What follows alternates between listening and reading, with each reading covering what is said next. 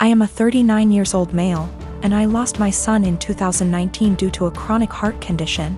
He was 15 years old. It was devastating and I just couldn't take it, especially when my family did little to nothing to support me during these difficult times. They didn't bring my son meals when he was at the hospital. They didn't let me go home and rest even for a few hours. They didn't take care of other things while I had a lot to deal with. I wasn't offered any help, just words. They'd just talk but do nothing. Despite the struggle, I've created an account for my son's college fund and kept putting whatever I could get at the time, and my son would talk about that a lot. He was depressed but always believed that he was going to get better and continue his education and attend college. I started saving money to keep him motivated and to make him feel like he could be like any other kid with hopes for a good future. He had a very close friend that's about the same age as him. They were friends for 5 years, and I can't express how his presence in my son's life helped him through the worst days. Sometimes his friend would spend the night with us and try to get my son to do activities and lighten up his mood all the time. To be frank, his friend was closer to him than his own family. He never stopped visiting and asking how I'm doing after my son's death. He'd show me handmade projects he made for my son and as a way to remember him, and we'd sometimes just sit and talk together or cry together. Last week, while I was with my family, my sister asked me what I was going to do with my son's college money. I didn't want to mention this, but since she asked, I told her that I will be giving the money to my son's friend. She barely even recognized his friend and was confused and said that my nephew deserves this money since he's family. My mom agreed that I wasn't thinking straight and that I should help the people close to me, family, and that my nephew has a right to go to college, and I was wrong for giving this opportunity away to someone else. I didn't know what to say. They kept pointing out that I was making a mistake and how my nephew will resent me if he finds out. Thing is, my nephew wasn't close to my son. I don't even know why he'd be bothered. My sister went on about not being able to afford my nephew's college. I told her this was my decision, and I felt more comfortable that way. She started lashing out, constantly texting me, constantly wanting to talk to me, and ending up arguing. When I snapped, she had my mom calling me, basically guilt-tripping me and telling me I'm wrong and that I needed to think about this. It's just too much pressure and I'm feeling lost and unable to figure out how to deal with this. I and my husband tried for 5 years to get pregnant. Testing eventually revealed I have eggs of steel, and without medical help I'll never get pregnant. So that's what we did. Gave our samples, 1 petri dish, and 9 months later I have 2 beautiful fraternal twin boys, Jack and Adam. Thing is, Jake has a condition. Without going into detail, requires a shot once a week. Once he is older he can take pills. I went back to work and mother-in-law offered to watch the babes. She's wonderful. I trust her 100%. They were 9 months. Now 16 months. During this time she would give his injection as we had a schedule. 10 a.m. before snack and nap. Worked very well until a month ago when she gave the shot to the wrong kid. Now they may be fraternal but they look identical. I'll be honest, my husband and I even mix them up sometimes. Everyone does. She immediately noticed her mistake, called 911, and they were transferred to hospital. By the time I got there, Adam had been given the reversal agent and they were both happily sipping on juice, loving the attention. We went home the same night, told to push fluids. He was never in danger. It's a very slow-acting medication that, at worst, would have given him diarrhea in a few days. Mother-in-law was beside herself. I tried to ease her worry but she refused to babysit, so to daycare they went.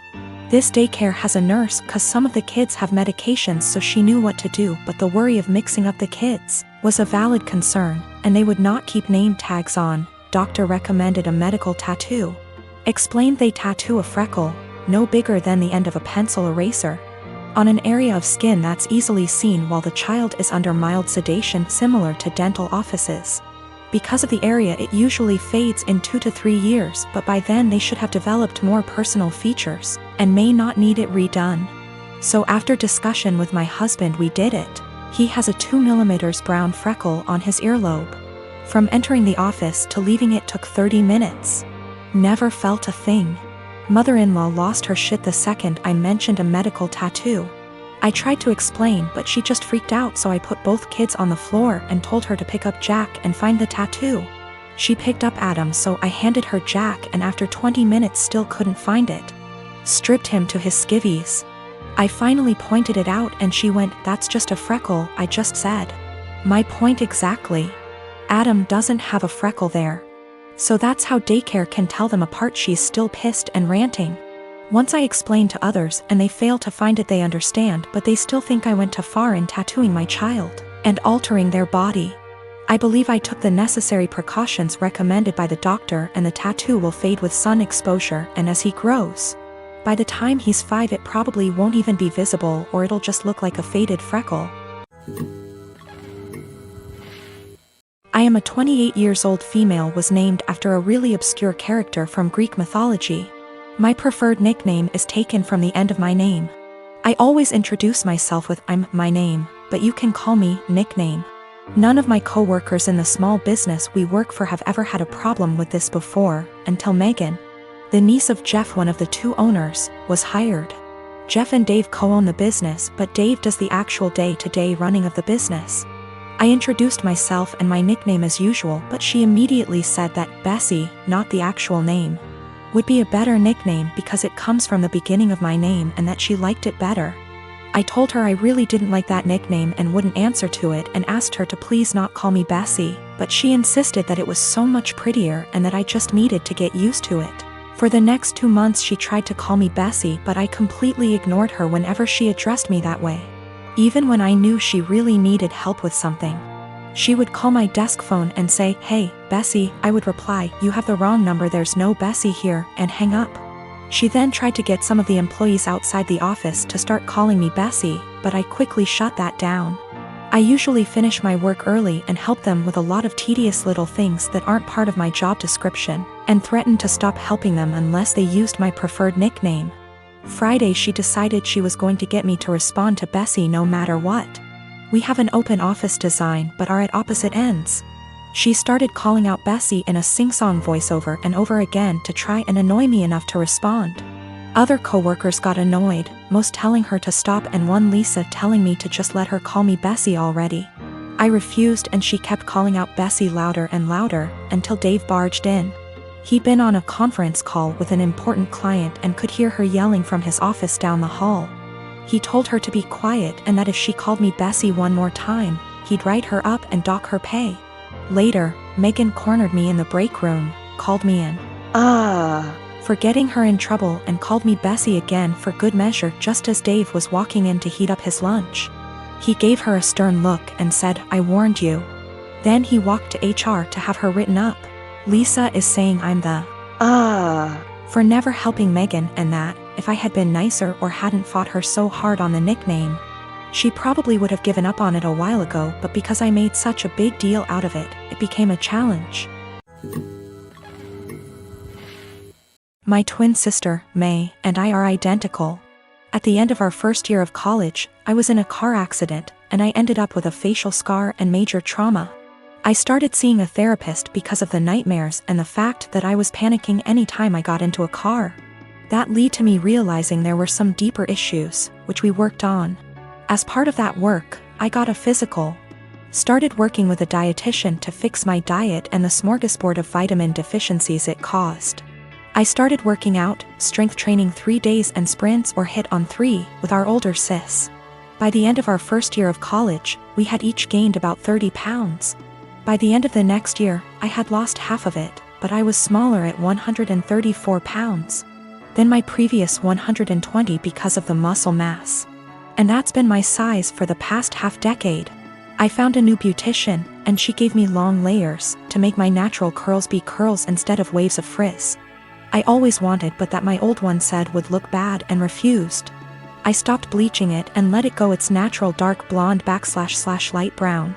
I stopped spray tanning. Again, that's been my look for the past 5 years. I live in a rural area, and the internet isn't great. Things like FaceTime just aren't options, and I can't post a lot of pics on social media / see of it. This is relevant because a big issue is that May didn't see me over the quarantine. We talked on the phone a couple times a week, but it mostly revolved around her wedding planning. She got engaged before the Rona put us on lockdown. I wasn't her mo, so mostly I was being told decisions, not involved in the process. When it came to the bridesmaids' dresses, May sent our sister, SIL, and me a link and told us to get it in our size.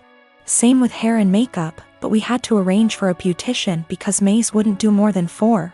And she wanted her friends at the appointment with her. Except she didn't do a bachelorette party with us, she did with her friends, or rehearsal dinner. So May didn't see any of us until the start of the wedding. She was livid. Apparently, she thought we would have stopped working out because of the Rona, even though we did it at home. Or that we would have stopped when she announced her engagement, so we didn't upstage her. She was mad because I didn't try to hide my scar and didn't tan, thought it would be implied. She made several snide remarks before throwing a drunk temper tantrum at the reception, basically accusing the 3 of us. But me ESP of trying to upstage her. I don't have that excuse B//C I was a DD so sober, but I, quite famously, have a low tolerance for angry or crying drunks. I told her, if you're so insecure, you should have got off your ass instead of expecting us to lay on ours to make yours look better. It only got worse. Our family is on my side B//C I didn't start it or do anything. But his family and her friends are giving me shit.